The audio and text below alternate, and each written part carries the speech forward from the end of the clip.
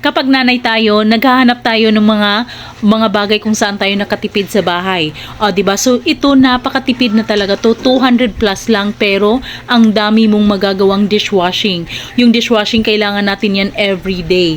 'Di ba? Every day talaga kailangan natin ng mga dishwashing dahil syempre kumakain tayo lagi, naglilinis tayo, kailangan natin to. At alam nyo ba na napaka-easy lang talaga sundan yung manual niya. I-mix mo lang lahat na ingredients na yan and then sit aside mo for 24 hours and then pwede mo na siyang gamitin.